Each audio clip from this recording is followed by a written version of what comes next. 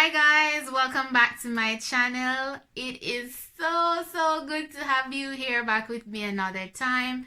And if it's your first time, I ask that you give the video a thumbs up, comment before you leave, and also hit that subscription button so you get notifications. Turn those notifications on to all. When your dreams come alive, you're unstoppable. Take a shot, chase the sun, find the beautiful. And for all of you lovely people who have been supporting me, you're back week after week. Thank you so much for your support. Now, today I'll be sharing my experience and I'll be giving you some tips too. If you've ever thought of migrating to Canada, this is what this video is gonna be all about. And I'll actually be doing it in episodes. So this is gonna be episode 1. It's gonna be more like a general overview, and in the other episodes I'll go into more detail about the programs and how you can actually get here.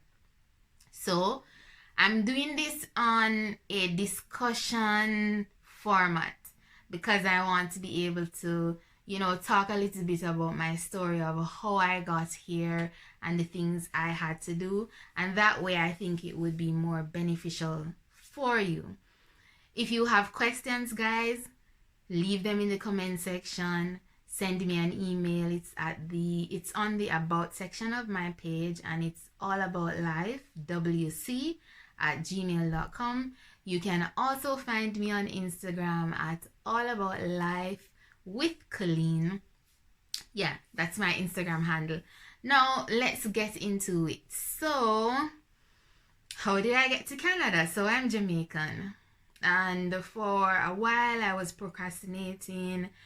I'm going to migrate, I'm gonna go to Canada, but it didn't happen. Why? It didn't happen until I decided to prepare and plan and put my plan into action. That's when it happened. So backdrop story. It is important, I feel, and if you're able to, if you seriously want to migrate and live somewhere else, you got to try to visit the place first. And that's exactly what I did.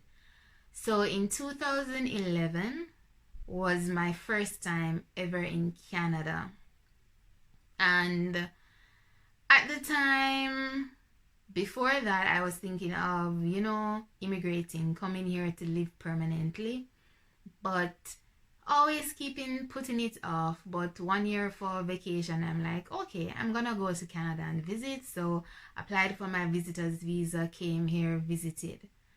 My first visit, I'm being very frank and honest, I don't think I liked it. I was like, I don't know. But guys, it was the frame of mind that I was in. And why I say frame of mind, it's because I was so used to going to the US, and culturally I thought that when I came here it was gonna be similar to what the US was like. So I think it's because of that.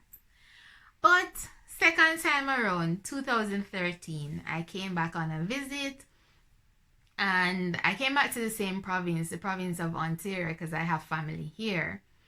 And I got to experience going to Toronto, which is the capital of Ontario, and the city life and the tall buildings and all of that. Kind of made things a little bit different, but I kind of saw rural life too. But I saw more of the diversity of the culture.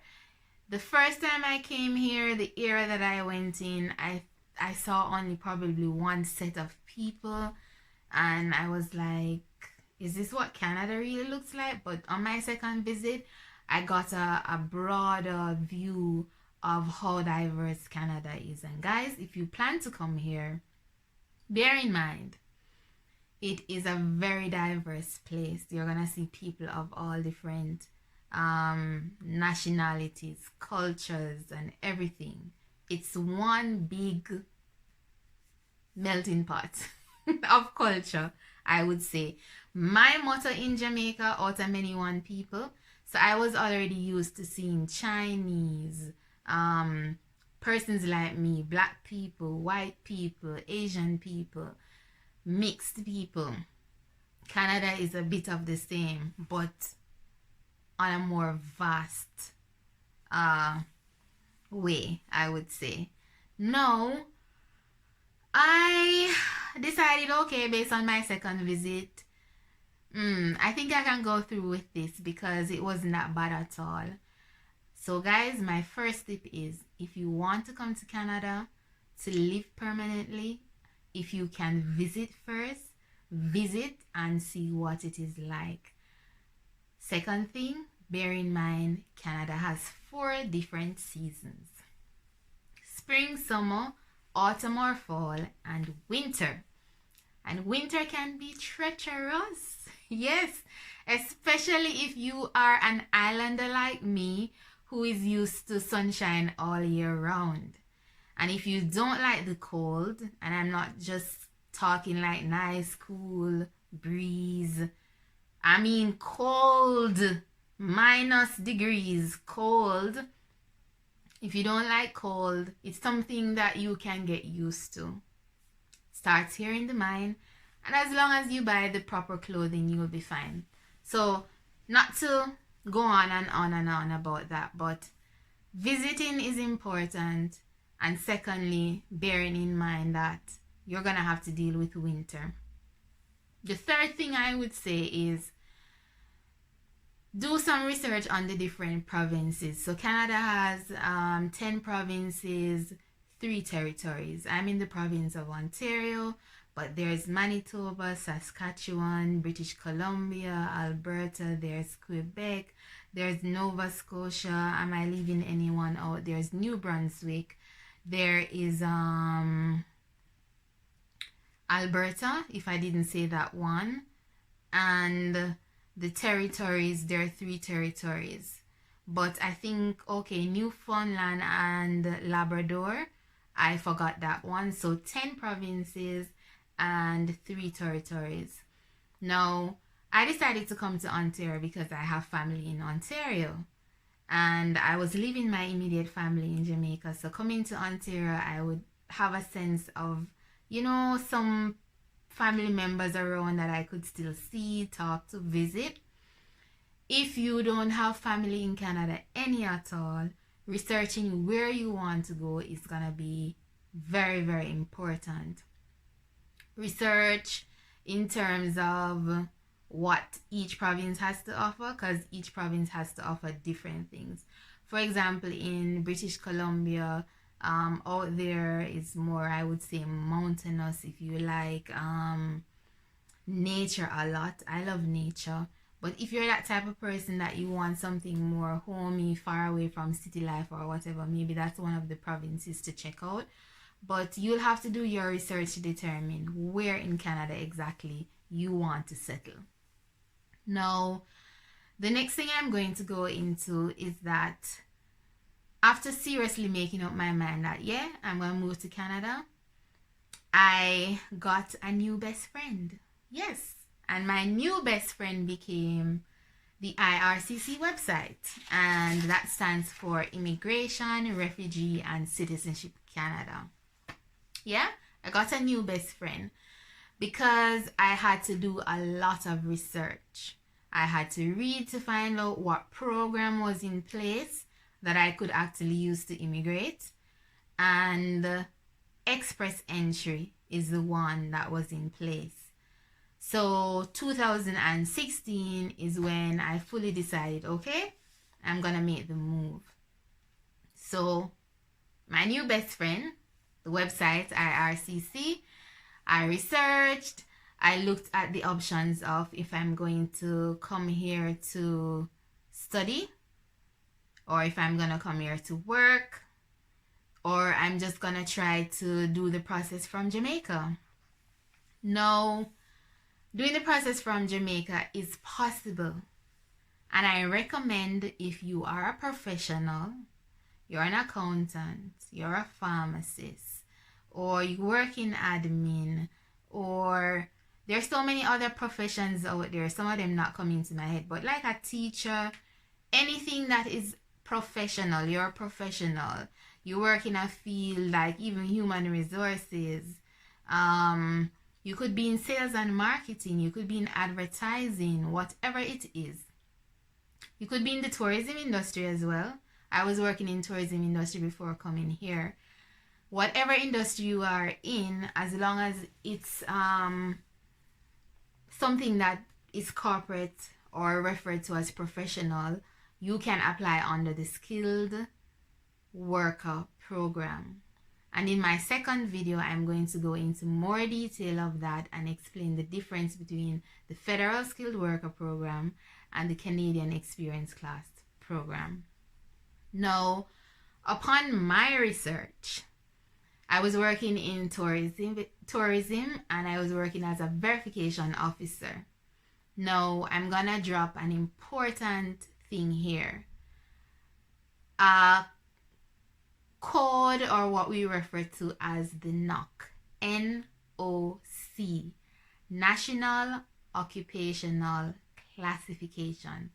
So if you do decide that you're coming to Canada and you're going to apply under the federal skilled worker program, your job title has to be in the NOC.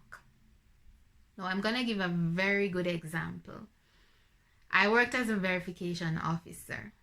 When I went to the NOC, and in the description below, I'm going to leave the link. Don't worry about nothing coming up on screen about it. I'm going to also leave the link for the IRCC website as well. Now, when I went to the NOC, no verification officer was there. That's not a title. The title that was there was Travel Club Supervisor, and the code is 6313. Now, important to note, it is not the title of the job that it is essential. It is the duties of the job. So while as a verification officer, that was my title, I found that the job that I was doing, the duties fell under Travel Club Supervisor, or Travel Clerk Supervisor rather. However, I wasn't confident enough that I was checking off most of the duties. And I have a bachelor's in business administration at the time with an emphasis in finance, but didn't work in finance, so I didn't have any work experience there. I also had studied accounting before, but not enough experience there that would be okay for me to be eligible in either of the field to look for something with a finance or an accounting title.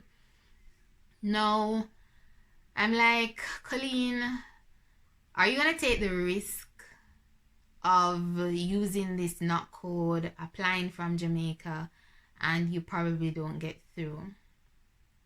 So at the time, my best friend and I did some more research, and when I said my best friend, I'm talking about the IRCC website. I did more research and I saw there was the option for me to come here to study as an international student. And at the time, I really had wanted to go back to school to make some changes in terms of pursuing a career in a specific field. So I did some research and I decided that, okay, going back to school is a possibility. Did my research. I found a school, Sheridan College, that I wanted to attend. It had the program I wanted to do. And my next step was to see if they were listed as a designated learning institution. So that's very important. You find your program at a school, they need to be listed as a designated learning institution. And why is this important?